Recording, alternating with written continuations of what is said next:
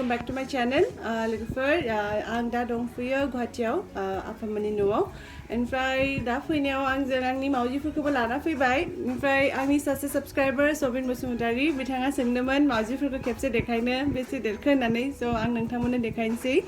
स' दा आं ओरैबाबो बिसोरनो माने गाइखेर दौनो थांगासिनो दं स' नोंथांमोना दिनैनि भिडिअखौ नायलायबाय थादो ब्लगखौ मा खालामो दिनै तो फर्स्ट मावजिफोरखौ देखायनि र' आं नोंथांमोननो। तो दोस्तों अभी मैं फ़िलहाल हूँ गुवाहाटी पे मेरे पापा के घर पे आई हूँ और मुझे साथ ही इन लोगों को लेके आना पड़ रहा है। मैं जहाँ भी जा रही हूँ उन लोगों को लेके ही घूम रही हूँ। जो लोग नए हैं उन लोगों को शायद नहीं पता, लेकिन ये यहाँ पे 3 बिल्ली के बच्चे हैं जिनकी माँ पता नहीं कहाँ गुम हो गई, तो अभी मुझे ही इनका माँ बनना पड़ रहा है। तो इन लोग को मैं अभी साथ ही लेके घूम रही हूँ। तो अभी इन लोग का दूध पीने का टाइम हो गया है, तो साथ में मैं सिरिंज दूध वगैरह सब लेके फिरती हूँ। अमूल ताज़ा ही दे रही हूँ। तो लोगोफोर बेनो सिरिंज आरो बिदिनो दाबो इदिनो लोंगासिनो इसोरो बारा गाइखेर लोङा नालाय एसेल' लाबाय। आमुल ताजाखौ फ्रिजाव दंमोन एसे गुदुं खालामना लाबाय। स' दौनोसै दा। आंखौ फैदों मिथिनानै एकदम कें कें जाबायानो इसोरो आंनि माने आवाजखौ इसोर सिनायनाय जाबाय दा। एकदम फैनाय लोगो लोगो गाबो, ओरैनो स्रिमोन दलरमोन। आंनि आवाज खोनानाय लोगो लोगो एकदम दा गाबगासिनो दौनोसै र' फैजोब्बाय इसोरो।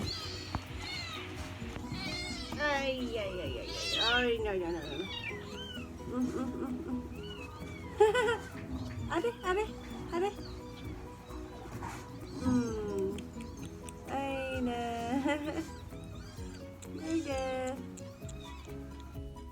तो दोस्तों ये वाला जो बिल्ली है ये तो पूरा एक्सपर्ट हो गया है। मतलब देखिए कैसे वो सिरिंज को एकदम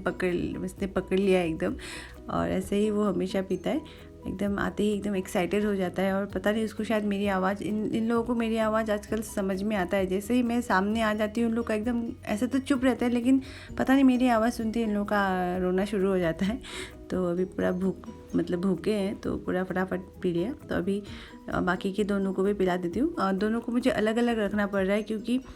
ये वाला जो पहले मैंने जिसको पिलाया दूध वो पहले मिला था और बाकी के 2 मुझे बाद में मिले थे। तो वो दोनों ही पता नहीं इसको बहुत ही ज़्यादा इसके ऊपर झपटते हैं, उसको काटने की कोशिश करते हैं, तो मुझे उसको सेपरेटली रखना पड़ता है। तो अभी बाकी के ये 2 हैं, इन लोग को भी आ गया है अभी, थैंक गॉड। लेकिन पहले मुझे बहुत ही प्रॉब्लम हुआ था इन लोगों को पिलाने के लिए। तो लोगोफोर नै इसोरबो दा रोंबाय लोंनो, बाट इसोरखौ आं आलदा दोननांदों, नहले एकदम माने बे मासेखौ एकदम इसोर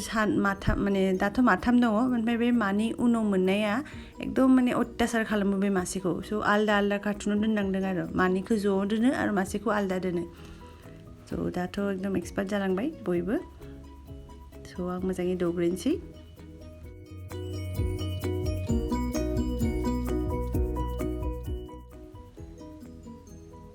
नै नायदो माबायदि अरगासिनो दं बेखौ नाय। बे मानिया बिराद दुष्ट, बे मानिया बे मासेखौ बिराद अत्याचार खालामबाय थायो। इमान दुष्ट बे मासे, एकदम बे मानिया एकदम बेखौ अरबाय थायो। सच बोलूँ तो मैं थोड़ी कंफ्यूज हूँ एक्चुअली। यहाँ पे ये लोग इसको थोड़ा लाड प्यार कर रहे हैं या इसको काट रहे हैं, मैं थोड़ा कंफ्यूज ही हूँ। लेकिन जब भी ये दोनों ये तीनों को एक साथ रखती हूँ, ये दोनों इसके ऊपर पूरा झपट पड़ते, तो इसलिए मैंने फिर पहले 2 दिन तो एक साथ रखा। फिर जब मैंने इनको देखा ऐसे एकदम ये रोते रहता है और ये दोनों एकदम उसके ऊपर एकदम झपटते रहते, तो तब से मैंने इन लोगों को सेपरेट रखना शुरू कर दिया। ये दोनों को साथ में और नीचे जो है उसको सेपरेटली रखती हूँ। तो लोगों फिर प्लीज़ नोंथांमोना आंनो खोन्थासै कमेन्ट सेक्शनाव अरोसो एक्चुअली ना अनो बेखौ आं दाबो कनफिउज। तो अनदोंबाथ' मोजाङानो खोथा, बाट बिदि अरनाय बायदिसो मोनो आं, थारमाने अत्याचार खालामनाय बायदि मोनो आं, ओंखायनो आलदा दोननांबाय। स' नायदो माबायदि खालामदो दा दुस्थ'फ्रा, नायसाय।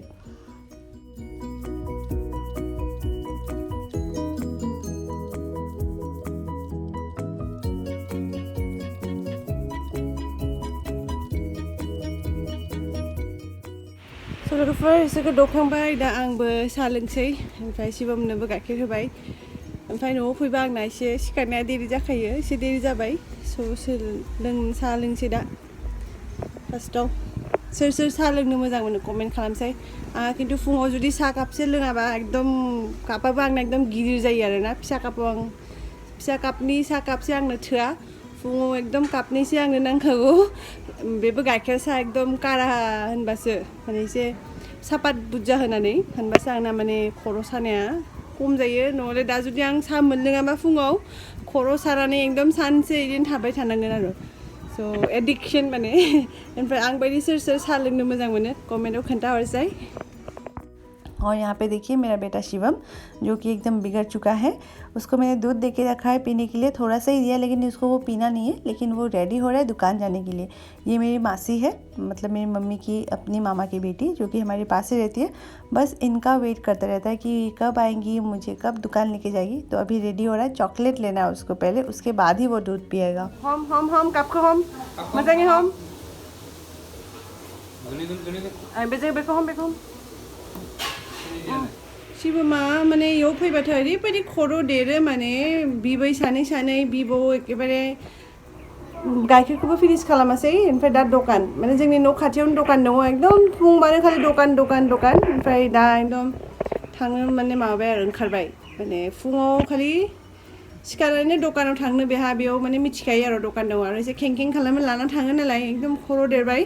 दा दखानाव थांनो ओंखारदों माने गाइखेरखौबो माने फिनिश खालामासै लोंजोबासै दा बेनिफ्राय फैनानैसो लोंगोननो मा जागोन दानि गथ'फोरा खर' देरजोब्बाय तो दोस्तों जब तक शिवम दुकान से होके आता है मैं अपना चाय पी लेती हूँ जो कि 2 कप कड़क चाय इसके बिना मेरा पूरा दिन मतलब फ्लॉप हो जाता है बिना चाय का तो मेरा होता ही नहीं है वो भी दूध का चाय तो थोड़ा बचा के रखा है मैंने इसको कवर करके रख दिया है तो चाय with Hyde and seek biscuit मेरा अभी और कुछ खाने का मन नहीं है बस पहले चाय पी लेती हूँ आंसो सा लोंनो मोजां मोनो किन्तु नोंदाया किन्तु साजों कुनु कानेक्शनानो गैया आंनो किन्तु माने बे खेत्राव जों सानैबो बिराद अपोजिट आरो बेहा डाइरेक्ट फुङाव ओंखाम जाखायो आंथ' फुङाव ओंखाम जानो हाया आं माने सा लोङाबानो आंना मा होनो दिनानो माने बेकार थांनाय बायदि जायो एकदम फिउज जाना थागोन आं जुदि सा मोनलोङाबा आरो लाल साजों जेबो जाया आंनो गाइखेर सासो नांगौ स' ओमफ्राय आरो नोंदाया किन्तु एकदम उल्टा साजों कानेक्शनानो गैया आरो बेना ओमफ्राय फुङाव दा जेबो जानो लुगैयाखै स' हाइड एन्ड सिक बिस्कुटजोंनो साहा लोंसै ओमफ्राय माने हाइड एन्ड सिक बिस्कुटाबो आंनि फेभरेट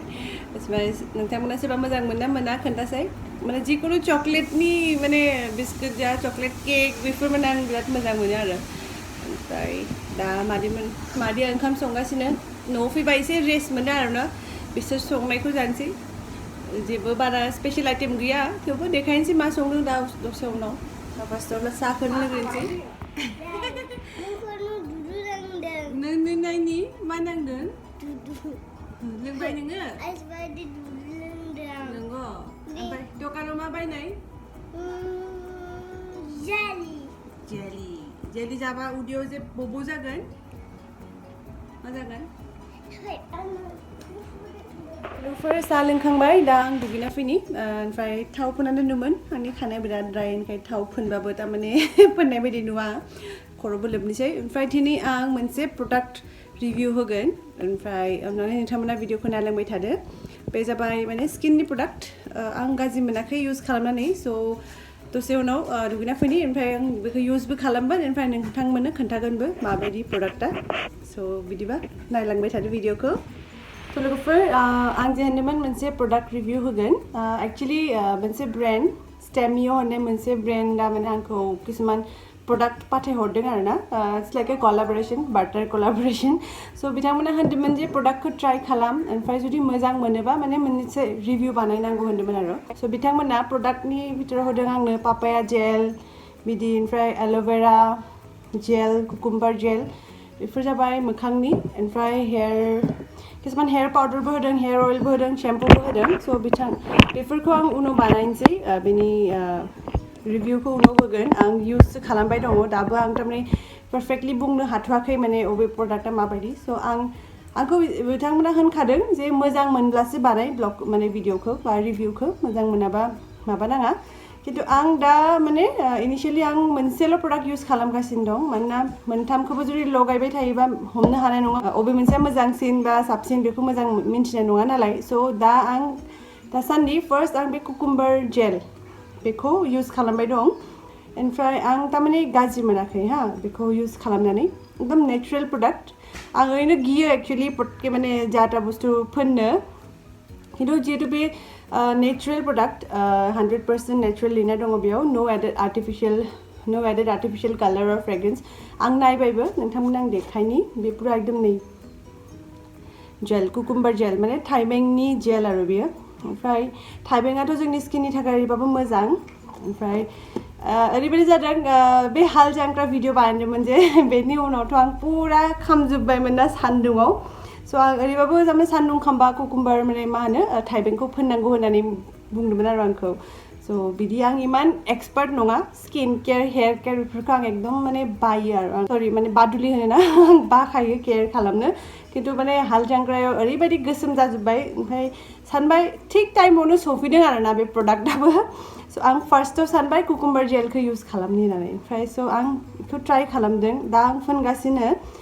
आं किन्तु रिजाल्ट मोनाखै होना मानोना नोंथांमोनाबो जुदि आंखौ दा नायो बै आगोलनि ब्लगखौ नायदो आरो दा आंखौ नायदो डिफरेन्सखौ मिथिगोन आं बेलेग जेबो इउज खालामाखै बारा केयारबो खालामाखै आं स्किनखौ किन्तु आं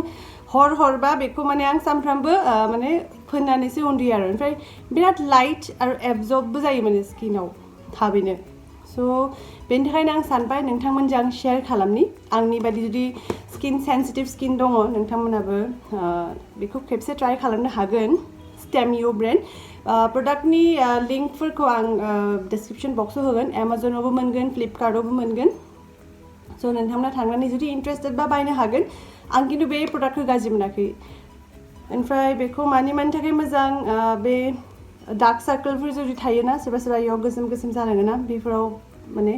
बेफोरनि थाखायबो मोजां ओमफ्राय एखनबा जे जोंना बे उन्दुनानै सिखारनानै जे बे बुस्थुआ फुलिना थायोना एसे बोरैबा नुयोना बेफोरनि थाखायबो मोजां पाफिनेस एराउन्ड आइस ओमफ्राय रिंकलफोरनि थाखायबो मोजां स' बुंनो थाङोबा आं बे प्रडाक्टखौ मोजां मोन्दों ओमफ्राय बाखि एल'भेरा जेल पापाया जेल बेफोरखौ आं दाबो थारमाने बिदि इउज खालामथ'वाखै स' मोनसे प्रडाक्ट इउज खालामगोन ओमफ्राय बिदिनो आं रिभिउखौ होलांगोन मोजां मोन्दोंबा किन्तु आं दा बेखौ इउज खालामथ'दों नालाय ओमफ्राय बेखौ आं मोजां मोन्दों स' नोंथांमोनखौबो आं रेकमेन्ड खालामनो हागौ आरो जुदि नोंथांमोना इन्टारेस्टेड बा लुगैदोंबा खनसे ट्राइ खालामनो हागोन स्टेमियो ब्रेन्ड कुकुम्बार जेल बियो ओमफ्राय र' बेनि प्राइसआ 347 लिरनाय दङ एमआरपिआव बाट एमाजन फ्लिपकार्ट बेफोराव थांबा नोंथांमोना डिसकाउन्टआव मोनखागोन स' खनसे चेक खालामनो हागोन ओमफ्राय दाथ' बिराद गोलोमजोब्बाय आं ओंखायनो आं दा बेखौ देखायगोन र' नोंथांमोननो फोननानै एक्जेक्टली माबायदि तो दोस्तों ये है कुकुम्बर जेल स्टेमियो ब्रांड से और मैं कुछ दिनों से ये प्रोडक्ट यूज़ कर रही हूँ और ये है 100% नेचुरल और प्योर है और इसमें कोई एडेड आर्टिफिशियल फ्लेवर या फिर कलर या फिर फ्रेग्रेंस नहीं है और साथ में ये हर एक स्किन टाइप के लिए अच्छा है और मेरा तो बहुत ही सेंसिटिव स्किन है तो मुझ पे ये बहुत ही अच्छे से सूट किया है मेरी स्किन पे तो मैं ये आप लोगों को रिकमेंड कर सकती हूँ अगर आप लोग इंटरेस्टेड हैं तो एक बार ये प्रोडक्ट ज़रूर ट्राई कीजिएगा स' दा आं फोननोसै ओरैनो आं बारा सानाव बेखौ सिबा मा होख्रावगासिनो ओरैनो आं बेखौ सानाव फोना हरबासो फोनो उन्दुनाय सिगां सानाव माने गोलोमजोबो नालाय खामानि दामानि मावबाय थायो स' आं जेबो फोननो बायो थारमाने सानाव दुगैखांनानैबाबो एक्सुवेलि हागौबा माने सानस्क्रिन फोननांगौ बाट एकदम फोननानैबो जेबो लाब जाया बायदि मोनो आं गोलोमजोबनायखाय दा जिहेतु दिनै न'आव दङ बारा खामानि गैया स' दा बेखौनो फोननोसै आं नै एकदम जेल नुदों ना सो बिदि लाबाय आखायाव तो दोस्तों ये प्रोडक्ट मैं ज़्यादातर नॉर्मली यूज़ करती हूँ रात को लेकिन आज अभी मैं दिन में ही इसको अप्लाई कर रही हूँ फेस मैंने अच्छे से क्लीन कर लिया था फेस वॉश से एक्चुअली अभी नहा के आई हूँ तो अभी लगा रही हूँ मैं इसको बस थोड़ा सा हाथ में लेना है और आपको ऐसे ही जैसे आप नॉर्मली क्रीम लगाते हो वैसे ही आपको इसको अप्लाई करना है मुझे इसमें ख़ास बात ये लगा कि ये बहुत ही अच्छे से स्किन में एब्जॉर्ब हो जाता है और बिल्कुल भी चिपचिप नहीं है तो मुझे बहुत ही अच्छा लगा ये और ये यहाँ पे लिखा है कि ये डार्क सर्कल्स और जैसे कि रिंकल्स या फिर पफिनेस जो होता है ना अंडर आइज़ में इसके लिए बहुत ही फ़ायदेमंद है दोस्तों आप लोग का भी अगर थोड़ा मेरे जैसा ही सेंसिटिव स्किन है तो मैं ये रिकमेंड कर सकती हूँ क्योंकि मुझे बहुत ही अच्छा लगा ये यूज़ करके तो आप लोग एक बार डिस्क्रिप्शन बॉक्स में लिंक दिया हुआ है जाके एक बार चेक कर सकते हैं So लोगोफोर बेनोसै